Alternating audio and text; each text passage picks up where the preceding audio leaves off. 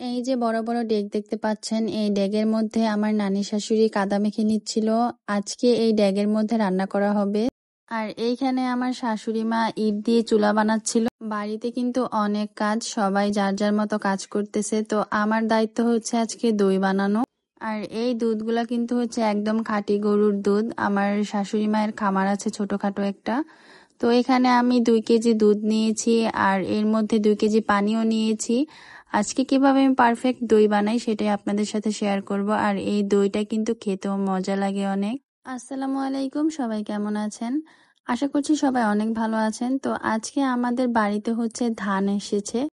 তো আমার বিয়ের পর এই প্রথম হচ্ছে আমার শ্বশুর বাড়িতে এবার ধান লাগানো হয়েছে। তো আমি কিন্তু অনেক ভয় পাই, ধানের কাজ হচ্ছে অনেক পরিশ্রমের। তো আমার আলহামদুলিল্লাহ আমার শাশুড়ি মা কোনো ধানের পরিশ্রমের কোনো কাজ দেয় না। যতটুকু কাজ আমি করতে পারি সংসারে ততটুকু কাজই করি। আর এই তো আমি কিন্তু অলরেডি দুধ বলক আনিয়ে ফেলেছি। তো এখন আমি চিনি দিয়ে দিব পরিমাণ মতো। আর এটাকে কিন্তু আমি একটু টকটকে রাখবো, কারণ হচ্ছে রোদের মধ্যে তো খাবে, যার কারণে একটু টক রাখলে ভালো লাগবে। এইখানে আমি হচ্ছে দুধ আর পানি মিলিয়ে মোট 4 কেজি নিয়েছি। তো 2 কেজি পানি আমি শুকিয়ে নেব। আর যে 2 কেজি দুধ থাকবে সেই 2 কেজির পরিমাণে দই কিন্তু হয়ে যাবে। এই তো এই যে মাটির পাতিলটা দেখতে পাচ্ছেন, এই পাতিলে হচ্ছে আমি আরেকবারও দই বানিয়েছিলাম। তো এটাকে ধুয়ে সুন্দর করে পরিষ্কার করে রেখে দিয়েছি। আজকেও এটাকে আমি কাজে লাগাবো। এই তো জাল দিতে দিতে আমার কিন্তু 2 কেজি দুধ এখন হয়ে গিয়েছে। আমি আন্দাজ মতো এবার নামিয়ে ফেলবো। আর কালারটাও দেখেন কিন্তু সুন্দর আসছে। তো এইবার হচ্ছে মেন প্রসিডিউরটা। আর এই তো বাজার থেকে আমি একটি দই কিনে এনেছি ছোট ডিব্বার। এবার আমি আমার হাতটাকে খুব সুন্দর করে ওয়াশ করে এসেছি। এখন হচ্ছে এই দইয়ের মাটির পাতিলটার মধ্যে আমি দই খুব সুন্দরভাবে মাখিয়ে নেব। অবশ্যই আপনারা এই কাজটা করতে কিন্তু ভুলবেন না। যে পাতিল বা যে বক্সে আপনি দই বসান না কেন, আগে একটু হলো দই মেখে নেবেন। আর এই পর্যায়ে আমি ফ্যানের নিচে সুন্দর করে দুধটাকে ঠান্ডা করে নিয়েছি। আর এখন হচ্ছে ঠান্ডা যে দুধটা ছিল সেই দুধটার মধ্যে আমার যে বক্সে দই আনিয়েছি সেই দইয়ের মধ্যে এবার আমি দুধটা ঢেলে খুব সুন্দরভাবে মিক্সড করে নিব।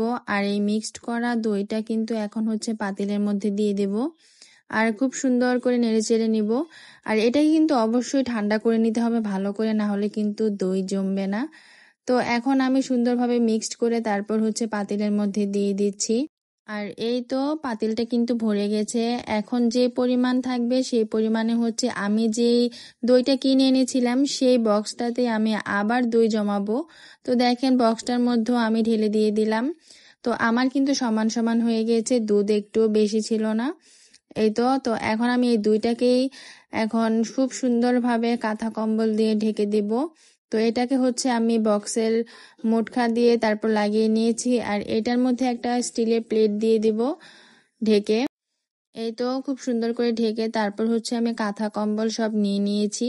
তো প্রথমে একটি পাতলা কম্বল দিয়ে দিলাম, তারপর পাতলা কম্বলের উপরে দিয়েছি একটি মোটা কম্বল। তো এই মোটা কম্বলটাও এখন দিয়ে দিব। তারপর হচ্ছে আমি খুব সুন্দরভাবে একদম চতুর্পাশটা ঢেকে দেব। দই বানানো শেষ। তো এবার গিয়ে দেখছি যে ধান সিদ্ধ করা হচ্ছে এবং ধান নামিয়েও রাখতেছে। তারপরে এই তো সকাল 8টার দিকে আমি হচ্ছে ভয়ে ভয়ে আর কি খুলতেছিলাম।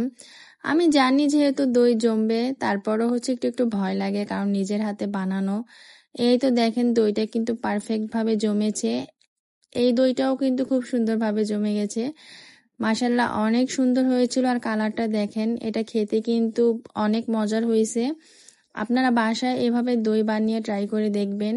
তো এই তো গোসল করে এখন হচ্ছে আমি ছাদে নিয়ে যাব সবার জন্য দই কেটে। সবাই ওখানে ছাদে ধান শুকাচ্ছে। তো আমি তো যেতে পারি না, আমার হচ্ছে বাচ্চা নিয়ে স্কুলে যেতে হয়। আর এইসব কাজ করার আমার টাইমও হয় না। তো আমার শাশুড়ি শ্বশুর নানি শাশুড়ি সবাই মিলেই ধান শুকাচ্ছে ছাদে। আর দেখি তাদের রিয়েকশনটা কি হয়। আর এসে দেখি আমার ছেলেটাও কি সুন্দর ধানের কাজ করতেছে। আর এই তো সবাই দইকে অনেক প্রশংসা করেছে, বলেছে বাজারের থেকেও বেস্ট হয়েছে। তো সবাই ভালো থাকবেন, আল্লাহ হাফেজ।